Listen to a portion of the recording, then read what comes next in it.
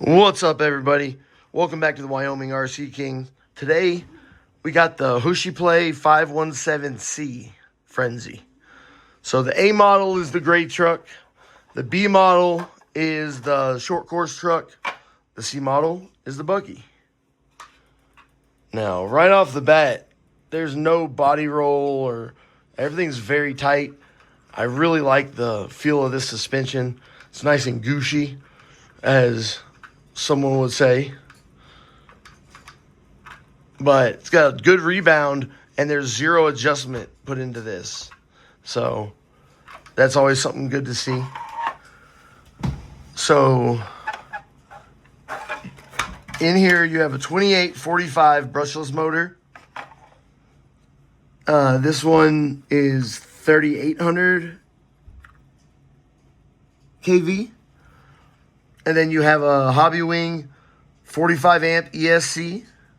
You can put a programmer on this. There's a 5 option list, so you need to find the correct programming table for it. But you can program these. You got TX60 battery connector. You have a Dumbo receiver and transmitter. This one has no lights, which I guess nobody puts lights on buggies. I guess nobody drives buggies at night. I don't know. That's what I want to see. Somebody put lights on your buggies.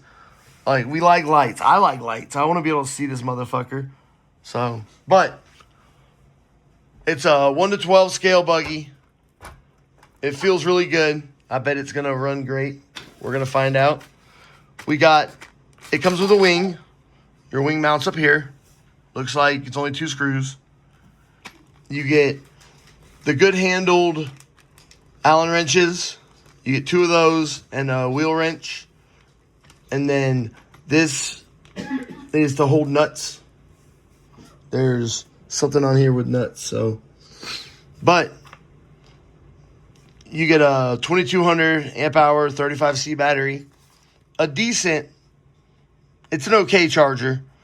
The Juicy that I just opened came with a great charger, but these aren't bad. They're a good charger. The Fly Sky radio does pretty good. I have never had one lose connection, so that's a plus. Yeah, we're going to get her put together and get her outside, see how she does. I think it looks good, though. So we got the wing on, and I realized that we have polymer shock towers, which they're not great. They're not terrible, kind of a meh thing. But I do prefer aluminum shock towers because it's a part that generally sees little to no abuse compared to everything else. So it doesn't get bent and like tweaked, but at the same time, it's nice to have it rigid. So we will see how that goes. Now, they come with a little battery tray that fits your 2200 amp hour batteries. The rest of the 517 line, I've been able to do a battery box mod. Check my other videos, you'll see it. You just add an extra strap and set it on top. But I was worried with this shell that I wouldn't be able to get a bigger battery in and be able to get my pins. But you can clearly see it's not pressing on the shell or anything. It's fitting really nicely.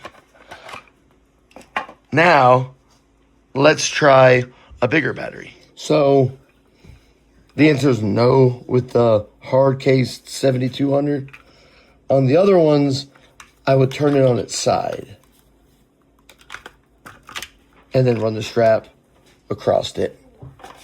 But that's not feasible because there's just not enough room.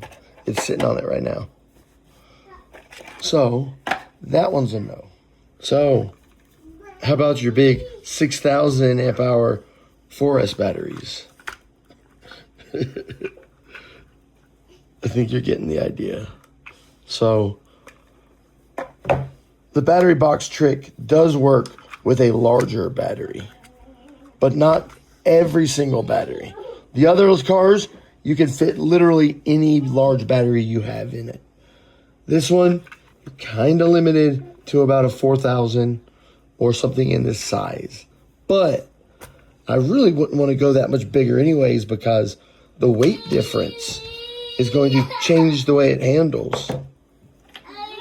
So, I mean, this thing's less than half the weight of this.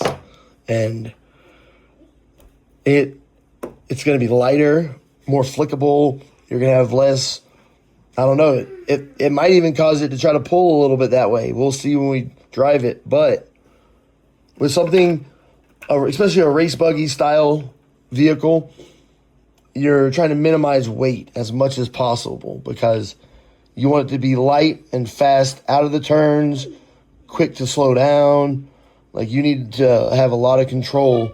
And I mean, right now, just putting that battery in does not affect it. But you set this on it, you can see it squat.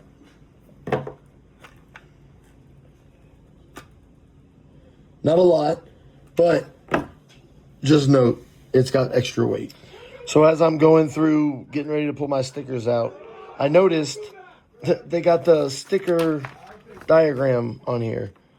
This is rare. Everyone just expects you to look at the box or put them where you want or figure it out. But if you want it to look like they have it, they give you a diagram and you can just put them there. So I like that. Let's do that. Let's make that a standard.